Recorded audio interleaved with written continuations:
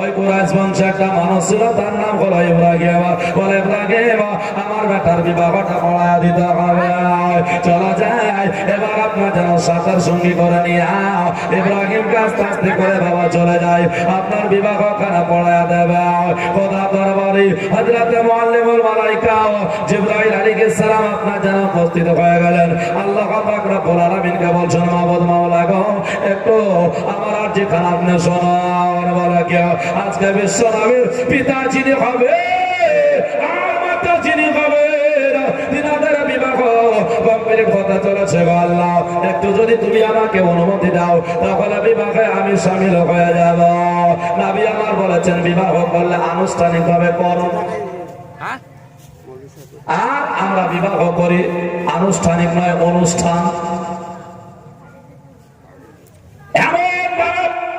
গান বাজনা আপনার যেন ডিজে বক্স বাজায় বিবাহ হয়, হচ্ছে না? আমি বীরভূমের দিকে জালসা কয়েকটা গিয়েছিলাম, তো ওরে বাপরে বিশাল গান।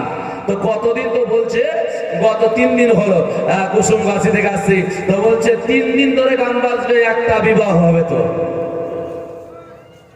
3 দিন গান বাজবে।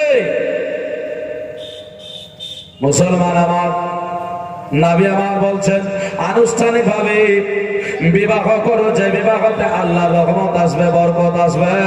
মুসলমান এর জন্য বিবাহের জন্য প্রস্তুতি নিয়ে নেন। যুবক ভাইয়েরা, যাদের বিবাহ হয়ে গিয়েছে তারা তো পার হয়ে গেছেন, যাদের বিবাহ হয়নি তাদের জন্য আমি আজকে একটা উপহার দিয়ে যাব। যাদের বিবাহ হয়নি তাদের জন্য একটা খোঁজখবরি ভাইয়েরা আপনারা গ্রহণ করবে, কাজে লাগবে। বিরাদার সঙ্গে সঙ্গে আপনার জানো এবার কথা বললেন, বলে চান এবার কমপ্লিট বিবাহ নিয়ে গিয়া জিবরাইল আলাইহিস সালাম খোদা দরবারে হুকুম চাইছে। আল্লাহ বলতেছে, জিবরাইল বলো বলো, ওই জায়গায় গিয়ে কি হবে তোমার, বলো। ওটা তো দুনিয়ার মানবের বিবাহ হচ্ছে, আজকে তোমার গিয়ে কোনো লাভ হবে না। তুমি শুধু ইউসাব্বিহু লিল্লাহি, শুধু আল্লাহর তাসবিহ তাহলিল করতে থাকো। এ জিবরাইল, বলো না তুমি খাবে না, পরিধান করবে না, তুমি নারী নয় পুরুষ নও, আজকে সেই জায়গায় গিয়ে তোমার লাভটা কি হবে, বলো। জিবরাইল সালাম বলেছিলেন, বলে আল্লাহ গো, যে নবী মুস্তাফা পৃথিবীতে আবির্ভাব হবে, তাদের পিতা মাতার যদি বিবাহ হয়, আজকে আমি আনন্দিত, আত্মখারাপ হয়ে যাচ্ছে, কারণ নবী মুস্তাফা দুনিয়াতে আবির্ভাব হবে। দুনিয়াতে বিশ্ব নবীর আবির্ভাবে খুশি হলো না, পূর্বে আপনার জানার পিতা মাতা বিবাহ হবে, আর ওনার মাধ্যম দিয়ে বিশ্ব নবী আসবে। এর জন্য জিবরাইল আলাইহিস সালাম আপনার যেন খুশি হয়ে যাচ্ছেন। আর আমরা মুসলমান দাবি করে বিশ্ব নবীর আবির্ভাবে খুশি পালন করলে শিরক বিদআতের ফতোয়া হয়ে যায়। চলুন না কেন ভাইরা, এবার আপনার জানা বিবাহ যখন কমপ্লিট হয়ে গেল, আল্লাহর হুকুমে জিবরাইল আলাইহিস সালাম এসে উপস্থিত হয়েছেন। আল্লাহ বলেছেন, আরে জিবরাইল, একাই গেলে হবে না, সমস্ত ফেরেশতাকে নিয়ে যাও। সমস্ত ফেরেশতা এসে উপস্থিত হয়ে গেল, সব কাতারে কাতার দিয়া বাবা আপনার চলতে আরম্ভ করেছে। আব্দুল মুত্তালিব বলল, বলে শোনা, আমার বেটা আব্দুল্লাহর বিবাহ যদি কমপ্লিট হয়ে যায়, একে কাতার দিয়ে আজকে নিয়ে যেতে হবে, পালকি কানা কাঁধে করে নিয়ে যাবে, সোজা বাড়ির দিকে যাবে না, ওই পবিত্র কাবা শরীফ খোদার ঘর, ওই কাবা শরীফ খানা জিয়ারত করবে, আর জিয়ারত করে আমার বাড়িতে নিয়ে যাবে। মুসলমান আমাদের সমাজে আছি, আমরা মুসলমান যারা জানি আমাদের ভাইদের যখন বিবাহ হয়, ওই মসজিদে 2 রাকাত নামাজ পড়ে চলে যায়। আপনাদের দিকে যাই বিবাহের সময় নামাজ পড়ে? নামাজ পড়ে না, সালাম নাই। মা রাস্তা দিয়ে চলে গেলে মসজিদকে সালাম করছে, তাই না? কিন্তু নামাজ নাই। আমাদের ওখানে এক যুবক তার বিয়ে দেখতে এসেছে, এক যুবকের বিয়ে দেখতে এসেছে, তো ওরা হলো নামাজি পরহেজগার মুত্তাকি মানুষ। তো ভাতিজার বিবাহ দেখেছে চাচা, তো চাচা বলছে ভাতিজা রে, যা জিজ্ঞাসা করবে একটু বাড়তি বাড়তি করে বলিস। ঠিক আছে, তাই হবে। যাই জিজ্ঞাসা করে একটু বাড়বাড়ান্তি করে বলে। বলতে বলতে এরা নামাজি মানুষ বলছে, হ্যাঁ গো তুমি নামাজ পড়ো তো? নামাজ পড়ে না কোনদিন। বাড়তি বলতে বলেছে, চাচা বলছে হ্যাঁ নামাজ পড়ি তো। এবার নামাজ পড়ে তার পরীক্ষা কেমন করে হবে? পরীক্ষা তো নিতে হবে। চালাক মানুষের কাজ দেখো, তো বলছে ফজরের কয় রাকাত নামাজ? যেমন জিজ্ঞাসা করা, চাচা সাইডে বসে, চাচা বলছে ভাতিজা ভাতিজা, আর কিছু বলছে না, ভাতিজা ভাতিজা করে ডাক দিচ্ছে, আর হাতের এইরকম করে 4টে আঙুল দেখাচ্ছে। তার মানে কি বলছে? আচ্ছা কি বলছে বলেন তো? 4 রাকাত। আর ভাতিজা চাচা থেকে কোনো খবর নাই। আর ভাতিজার একটা স্মরণ আছে, চাচা তো বলেছে পাড়ান্তি করে বলতে। এবার চাচা আর দিকে কোনো খবর না দেখায় এক চট করে বলে ফেলেছে ফজরের নামাজ হলো 8 রাকাত। সামনাসামনি আর কি বলবে? কিছু বলতে পারে না। নামাজ পড়ে কি পড়ে না ধরা গেল না? গেল না, ধরে ফেলেছে। বলে ঠিক আছে, সামনে তো আর কিছু বলা যায় না, ঠিক আছে যাও, চলে গেল। যেমন মানুষ আমার চাচা খুব রেখেছে, বলে সব। বলে কি হলো চাচা? সবই তো ঠিক বলেছিস, হয় নাকি? বলে ঠিক বলেছিস, কি হলো জানিস? বলে কি হয়েছে? বলে ফজরের নামাজ কয় রাকাত বললে? আমি তোকে ভাতিজা ভাতিজা করে হাতের আঙ্গুল দেখাচ্ছ, তুই একবারও লক্ষ্য করলি না?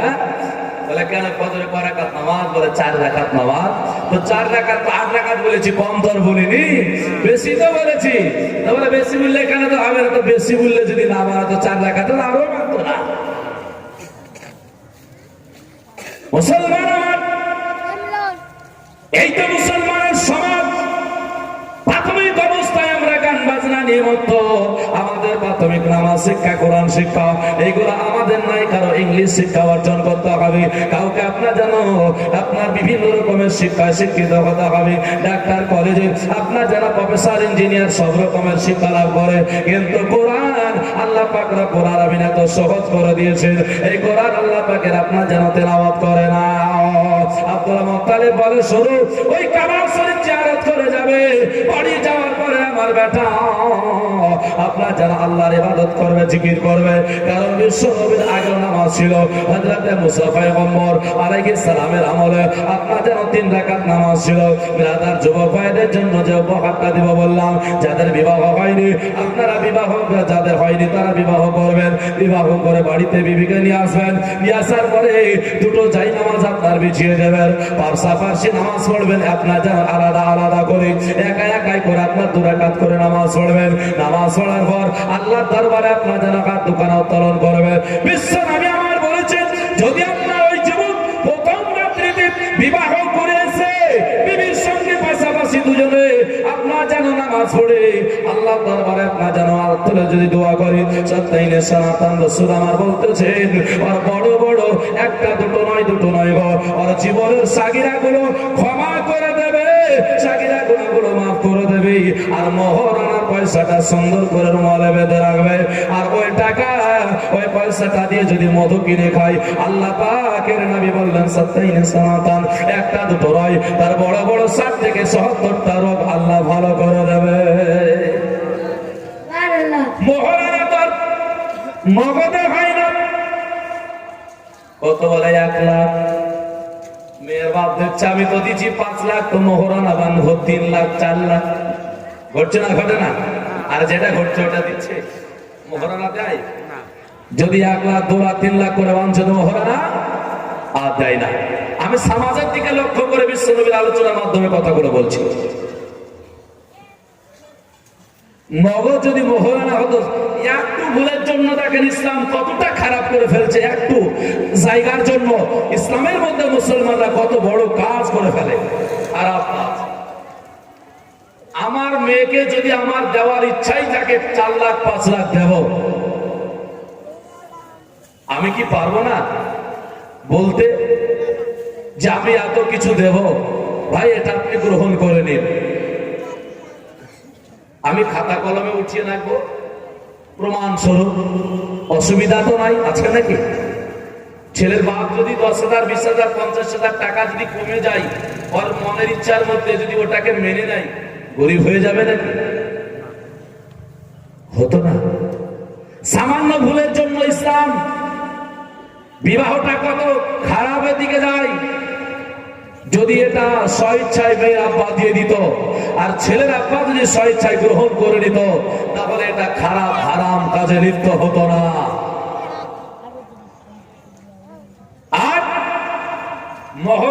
শরীয়ত মোতাবেক যদি নগদ হয়ে যেত, সেটা যদি রুমালে বাঁধা থাকতো, সামান্য টাকা, সেই টাকা দিয়ে যদি মধু কিনে খায়, নবী যদি বলেন 60 থেকে 70টা বড় বড় রোগ ভালো হয়ে যায়, তাহলে আমাদের মধ্যে ভাইরাস রোগগুলো আর আসতো না। যাই হোক যে ভাই আমার, পরিবর্তন হতে শিখুন।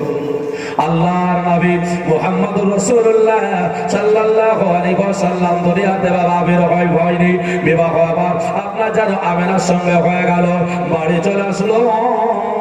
আপনার যারা এক দুই করে জীবন কাটবে, আপনার রজব মাসের প্রথম তারিখে হযরত আমেনা রাদিয়াল্লাহু তাআলা আনহা আমার বিশ্ব নবীকে গর্ভে যখন নিয়েছেন, 1 মাস হওয়ার পর আপনারা শুনেছেন আব্দুল্লাহ আপনার যেন শিকার করতেন, ব্যবসা করতেন, রওনা দিয়ে দিয়েছেন। আপনার ওই উম্মে খাতিবা ফাতিমা তার নাম, ওই মহিলাটা রাস্তার ধারে আপনার যেন তাকিয়ে থাকতো, আব্দুল্লাহ আসলে কথা বলতে হবে, আব্দুল্লাহর দিকে ফলো করতো, কথা বলবো।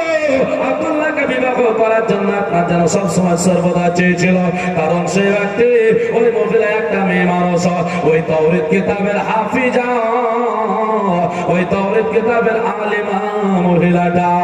তাওরাত কিতাব কি বলতো ওই ব্যক্তির জানা ছিল, তাওরাত কিতাবটা সম্পূর্ণ মুখস্থ করে নিয়েছিল। আব্দুল্লাহকে ডেকে ডেকে বিবাহের কথা বলল। আব্দুল্লাহ বলতেন, বলে না গো, আমার আব্বার পরামর্শ ছাড়া বিয়ে হবে না, তাই নাকি? বলে যাও, চলে যাও, তোমার আব্বার সঙ্গে একটু পরামর্শ করেছ, পরামর্শ করবে। এর মধ্যে আপনার যেন বাড়ি এসেছে মা আমেনা রাদিয়াল্লাহু তাআলা আনহার উদরে আমার বিশ্ব নবী চলে গিয়েছেন। পরে আপনার যেন যাওয়া হলো, মহিলাটা ঘুরে তাকায় না, যিনি বলতেছেন বলে, শোনো শোনো। আব্দুল্লাহ ডাকতে বলছেন, মহিলা রে, আমাকে প্রত্যেক দিনে তোরে কথা বলতে, আজ কেন কথা বলো না? বলো বলো।